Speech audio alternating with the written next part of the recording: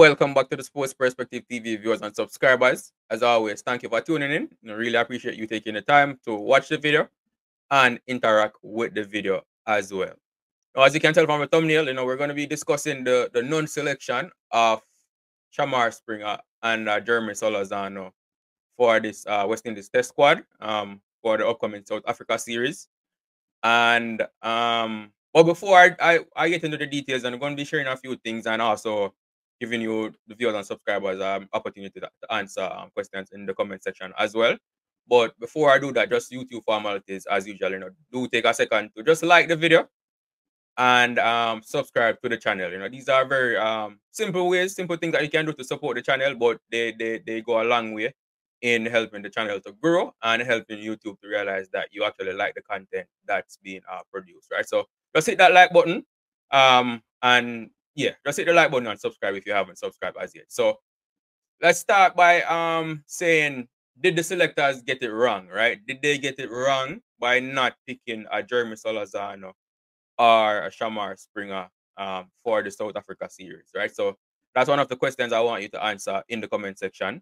And also, other question, if they got it wrong, who would you have replaced them with in the squad that was picked? Or who would you have picked them over in the squad that was picked, right? So when thinking about this issue, a few things came to my mind, right? I'm gonna be sharing with you, right? So was this the squad picked before the warm-up match? Right? That's a question that came across my mind, and there are a few things why I say that, right? If you look at the players or the new inclusions in the team, which are Casey Carty, Justin Greaves, Brian Charles, Jomel Warwick, and Kemar Roach, right? Kemar Roach, obviously there's no question that Roach, once he was fit, that he would have been brought back into the team, especially with the injury to Jeremiah Louis, who replaced him in the England series, right? So that there's no question there. But when you look at the other players, Jomel Warwick, he wasn't even in the squad that played in the warm-up match, right? And Brian Charles, he didn't do all that well. He didn't do great in the warm-up match, right? Likewise, Casey Carty and Justin Greaves, they scored 24 and 30 respectively, right? So based on that, and the squad was released before the warm-up match was even completed as well, right? So based on those things that I just mentioned, to me, it seemed as if the team was picked before the start of this warm-up match, right? And that's just based, like I said, based on the things that I just shared with you, right?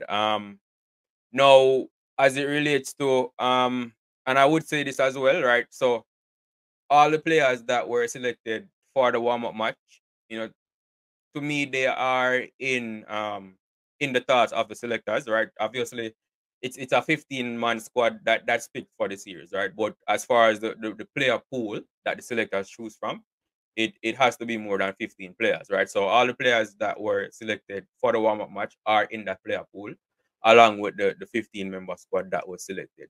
And other players as well, I think, because obviously they are more senior players that have not made themselves available for Test cricket that I would assume are in the player pool, but for whatever reason they are not available, right? And you viewers and subscribers always mention them: Shea Hope, Brandon King, Ruston Chase, all of the senior players, right? So I think what the selectors were looking for, especially with naming them in the warm-up match, obviously they perform well in the West Indies Championship. And the question is always, okay, they do it at a regional level. Can they do it at a against tougher opponents, right? And I think that's what the selectors were looking for with that squad that they named for the warm-up match. And I do think the squad was picked before the warm-up match, right? But now let's get to the Solozano and Shamar Springer issue. Of the two, I do think the Shamar Springer non-inclusion, there's a stronger argument, or I wouldn't even say controversial, but there's a stronger argument to be made for the inclusion of Shamar Springer than a Jeremy Solozano, right? And here's why. So obviously the selectors view Solozano as an opener, right? He opened in the warm-up match. That's where he scored the century from. Well done to him again. But when you think about the opening position for the West Indies, especially from that England series with a Michael Louis and a Craig Brathwaite, in my opinion, I think those are the opening slot is pretty much secure, for the lack of a better word, right? So if Solozano, and this is not to say Solozano could not have been included in the squad, right? Because he could have been included in the squad as a backup opener.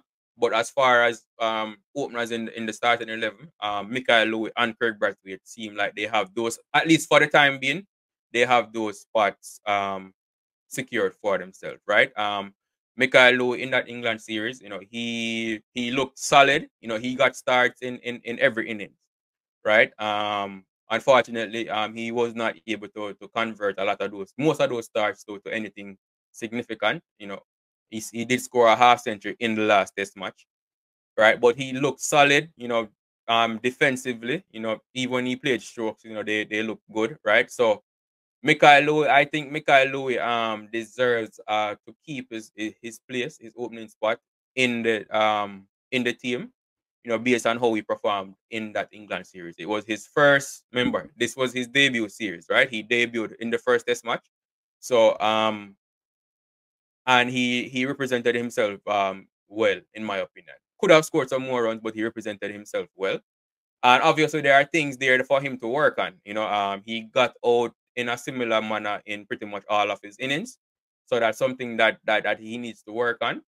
And you have to give players a chance to learn from the mistakes they made in matches or in series, and give them an opportunity to correct those mistakes, and show what they learned, especially when they performed decent, in the in the innings that they played, right? Obviously, like Kurt McKenzie, he just looked out of sorts. So I'm not saying if a player is consistently failing, then you should just keep them going in the team. That's not what I'm saying. But from a Michael Louis, he does deserve to get another a shot at it in the South Africa series as the opener.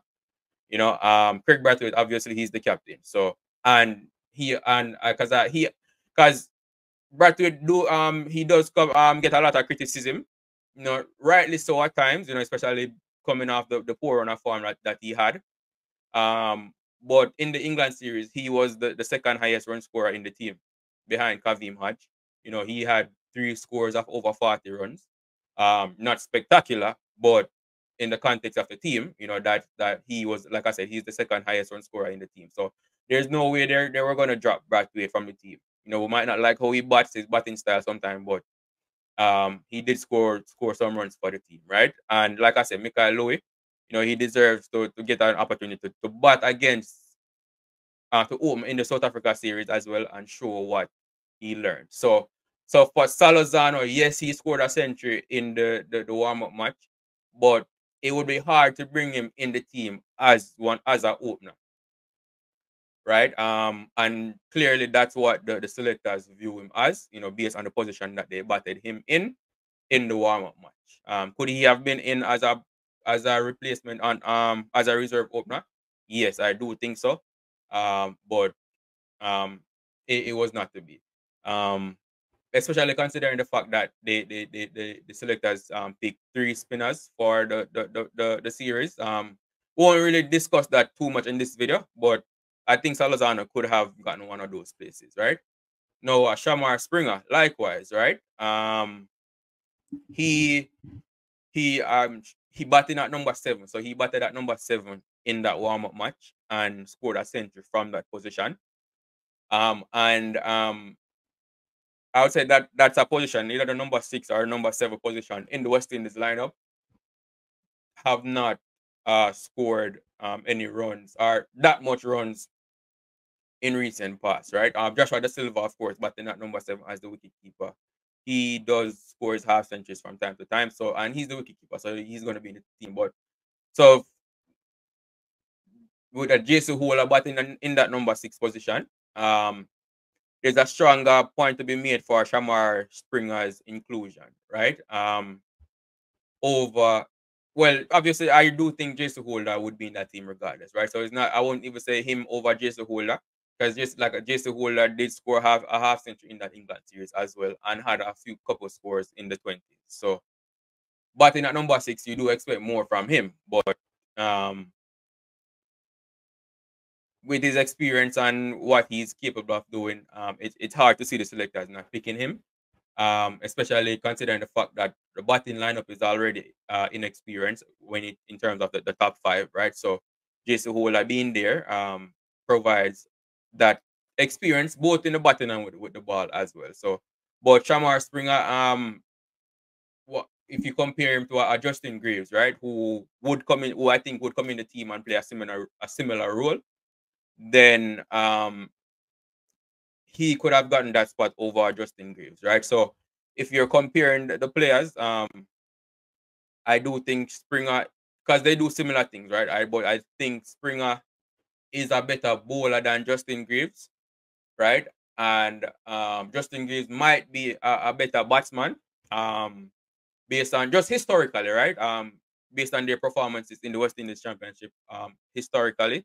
Shamar Springer is younger though. Greaves has been around for a lot longer than Springer. But if we're going based on form, after what Springer did, scoring that 131 in the warm-up match, then you could give Springer that spot over Justin Greaves. And this is also a part of the reason, like, it kind of goes back to the first point that I made, that the team was picked before the warm-up match. Guys, if you notice the position that Justin Greaves and Casey Carty were given in the warm-up match, Greaves was the captain and Carty was the vice captain, which tells me that the selectors already given them that leadership role in the warm-up match. They already had intentions of having them in that South Africa squad. And that's just my thinking, but there are a lot of things that made me arrive at that conclusion. But I do think Shamar Springer should have been included in the squad. Changes could have been made last minute. He scored a century before the team was announced. I don't know if before the team is announced, if Cricket West Indies inform or tells players that they are included in the squad, right? Which if that is the case, where they tell players that they are in the squad before they announce the squad, then it it's kind of understandable why they could not make any changes or did not make any changes. But after seeing Shamar Springer score that century, against the South African bowling lineup, also considering the fact that our batting, has been inconsistent, because they did score runs in a few innings in England, but the inconsistency in our batting, I think Shamar Springer should have been given an opportunity to be in the team again, even if it's just being a squad member, being in and around the international cricket dressing room, seeing how the team strategizes and stuff like that. You can never underestimate the value of these things to young players. So I do think Shamar Springer should have been included in the team. There's a stronger point to be made for Shamar Springer than Jeremy Solozano. But like I said earlier, the fact that they were in the warm-up match means that they are in the eyes of the selectors, and they missed out on the South Africa series. But hopefully, in upcoming series, I'm not sure what the next series will be after South Africa. But hopefully in upcoming series they can get their opportunity to at least be in the squad and then compete for a position in the starting 11. But that's all I have for you in this video, viewers and subscribers. As you always, thank you for tuning in. Do remember to like the video. Share your thoughts in the comment section. What do you think about the non-inclusion of these players? And do remember the question. Did the selectors get it right by not including them? And who would you have replaced them with? So who would you have not picked to include any of these players, a Springer or a Solozano, in the squad? That's all I have for you. As always, thank you for tuning in, and I will see you in the next video.